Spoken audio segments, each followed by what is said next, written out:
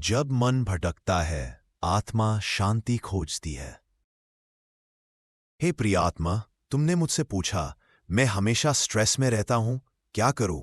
ये प्रश्न आज हर मनुष्य के हृदय में है। हर कोई किसी न किसी रूप में अशांत है। पर समझो, स्ट्रेस कोई बाहर की चीज नहीं है। ये तुम्हारे मन की प्रतिक्रिया है उस संसार पर जो सदैव परिवर्तनशील है। जब तुम किसी चीज को पकड़ कर रखना चाहते हो, रिश्ता, पैसा, सफलता या किसी व्यक्ति की राय, तब तुम अपने ही भीतर एक बंधन रचते हो और वही बंधन तनाव का रूप ले लेता है। जैसे हवा को मुट्ठी में पकड़ने की कोशिश करो तो केवल थकान मिलती है, वैसे ही संसार को नियंत्रित करने की कोशिश करने से केवल स्ट्रेस मिलता है। मैंने कहा था, मनुष्य अपने ही मन से मित्र भी है और शत्रु भी। उद्धरेद आत्मनात्मानम नात्मानम अवसादयेत, आत्मैव आत्मनो बंधु आत्मैव रिपुलात्मना। अध्याय 6 श्लोक 5।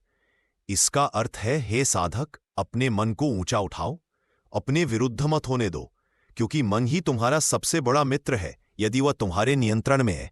पर यदि मन ही तुम्हें नियंत्रित करे तो वही सबसे बड़ा शत्रु बन जाता है। तुम्हारा स्ट्रेस इस बात का संकेत है कि मन तुम्हारे नियंत्रण से बाहर जा चुका है। मन इधर उधर भागता है, भूतकाल की यादों में, भविष्य की चिंता में, पर शांति सदा वर्तमान क्षण में ही होती है।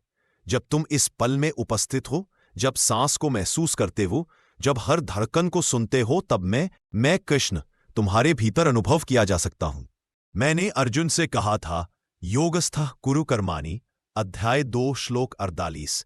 कर्म करते रहो पर आसक्ति से मुक्त रहो।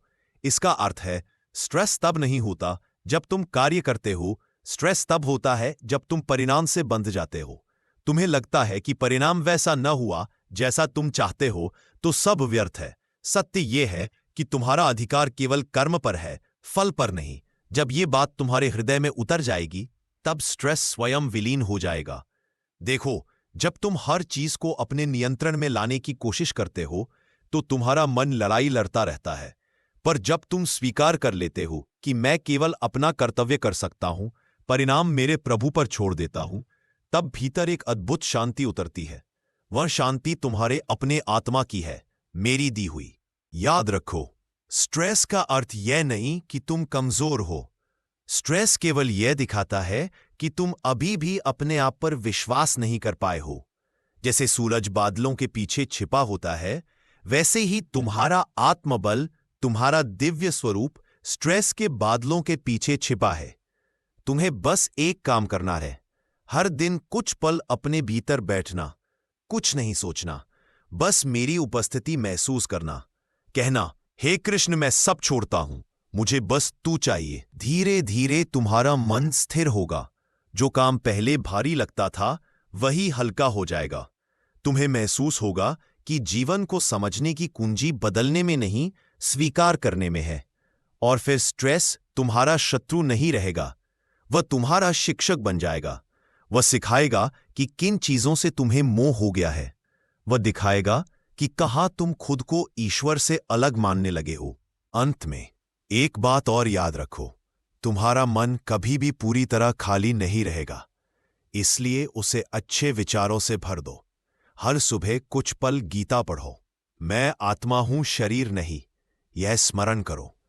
और जब भी तनाव महसूस हो, यह श्लोक दोहराओ, माम चयो अव्यभिचारेण भक्तियोगेन सेवते सगुणान समतीत्यैतान ब्रह्म भूयाया कल्पते। अर्थात, जो मनुष्य मेरे प्रति अटूट भक्ति से सेवा करता है, वो तीनों गुणों रज, तम, सत से परे होकर ब्रह्म स्वरूप को प्राप्त होता है। जब तुम्हारा मन मुझसे जुड़ जाता है, तब संसार का कोई भी तनाव तुम्हें छू नहीं सकता। हे आत्मन, स्ट्रेस से मत डर। वह केवल ये याद दिलाने आया है कि तुमने कुछ समय से मुझसे संवाद करना छोड़ दिया है। वापस आओ अपने भीतर, जहां मैं सदैव तुम्हारे साथ हूं, निश्चल, निश्चिंत, अनंत।